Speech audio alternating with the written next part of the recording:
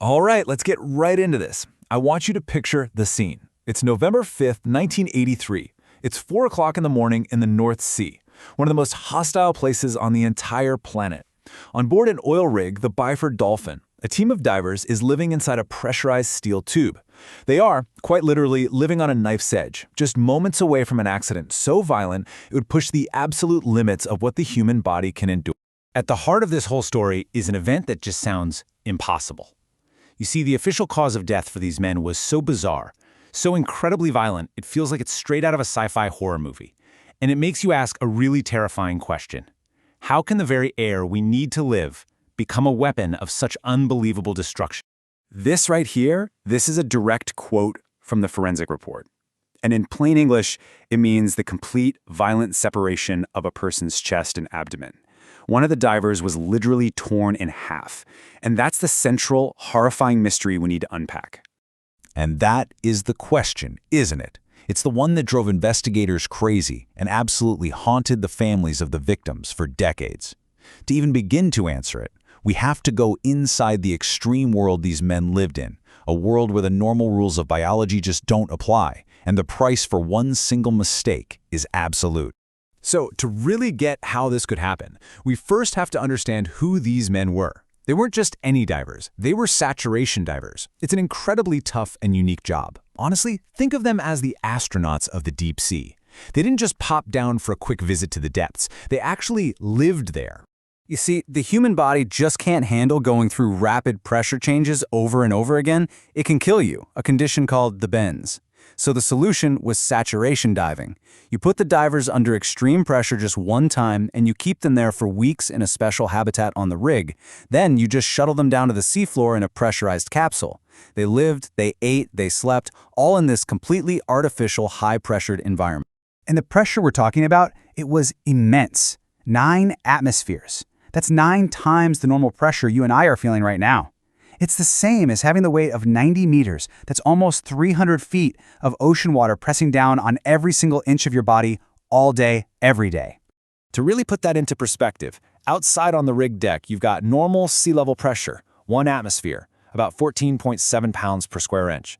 But inside that chamber, it was 132 psi. That massive difference in pressure, all that stored energy, that's the key to this whole thing.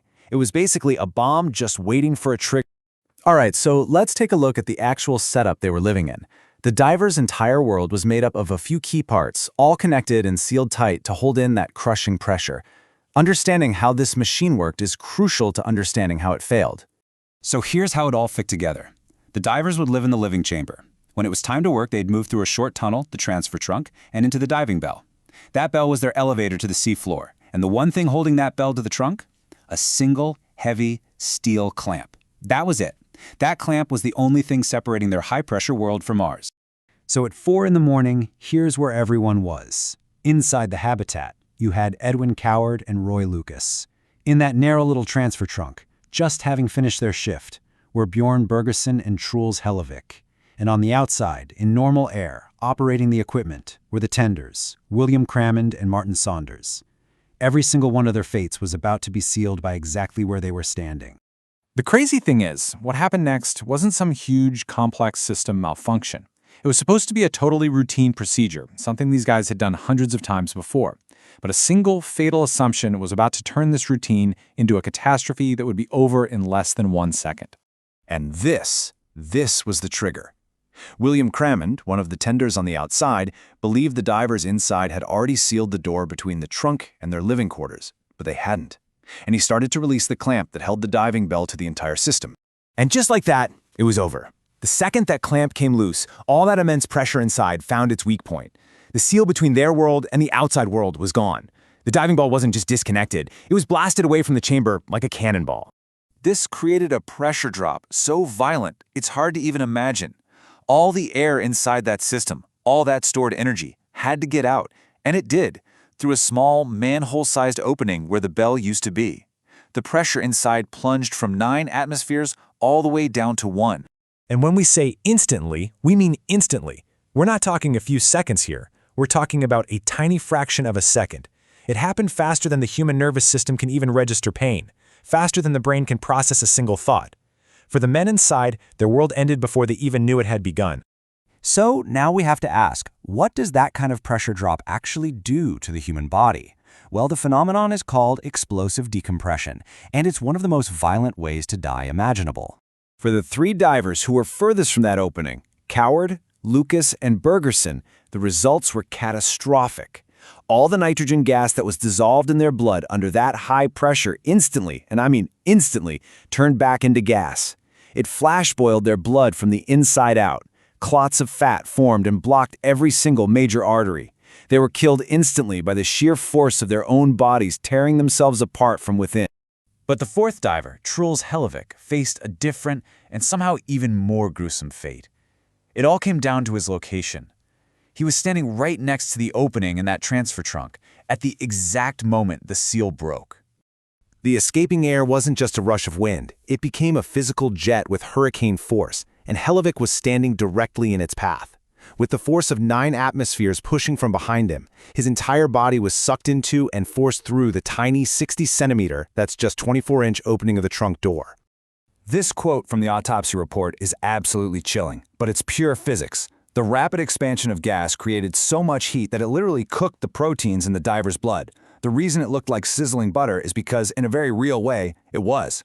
For Hellevik, his internal organs were expelled from his body and launched nearly 30 feet across the rig deck. The force was so incredible that it actually severed his spine. The horror didn't end when the pressure equalized. The tragedy was actually made worse by a cover-up. The tender who released the clamp, William Crummond, was also killed when the bell flew off and hit him. For years, the official story was simple. It was his fault. Human error. Case closed. But the families, they knew there had to be more to the story. What came next was a fight for the truth that lasted an unbelievable 26 years. The official story was set almost right away. Blame the dead guy. Human error. But that was not good enough for the families. They fought tirelessly for decades, going up against powerful companies and governments, refusing to let their loved ones be made scapegoats. And finally, in 2008, fault was officially acknowledged. Because here's the real truth that came out after all that time. It wasn't just one man's mistake. The investigation finally proved that the clamp mechanism itself was fundamentally unsafe. There was no pressure interlock, no failsafe, nothing to stop that clamp from being opened while the system was still under pressure. The accident didn't happen because one man made a mistake. It happened because the entire system was designed in a way that allowed a single mistake to be fatal. And that really leaves us with this one final thought. The Byford Dolphin accident is a brutal, unforgettable lesson in physics and biology. But it's also a story about responsibility.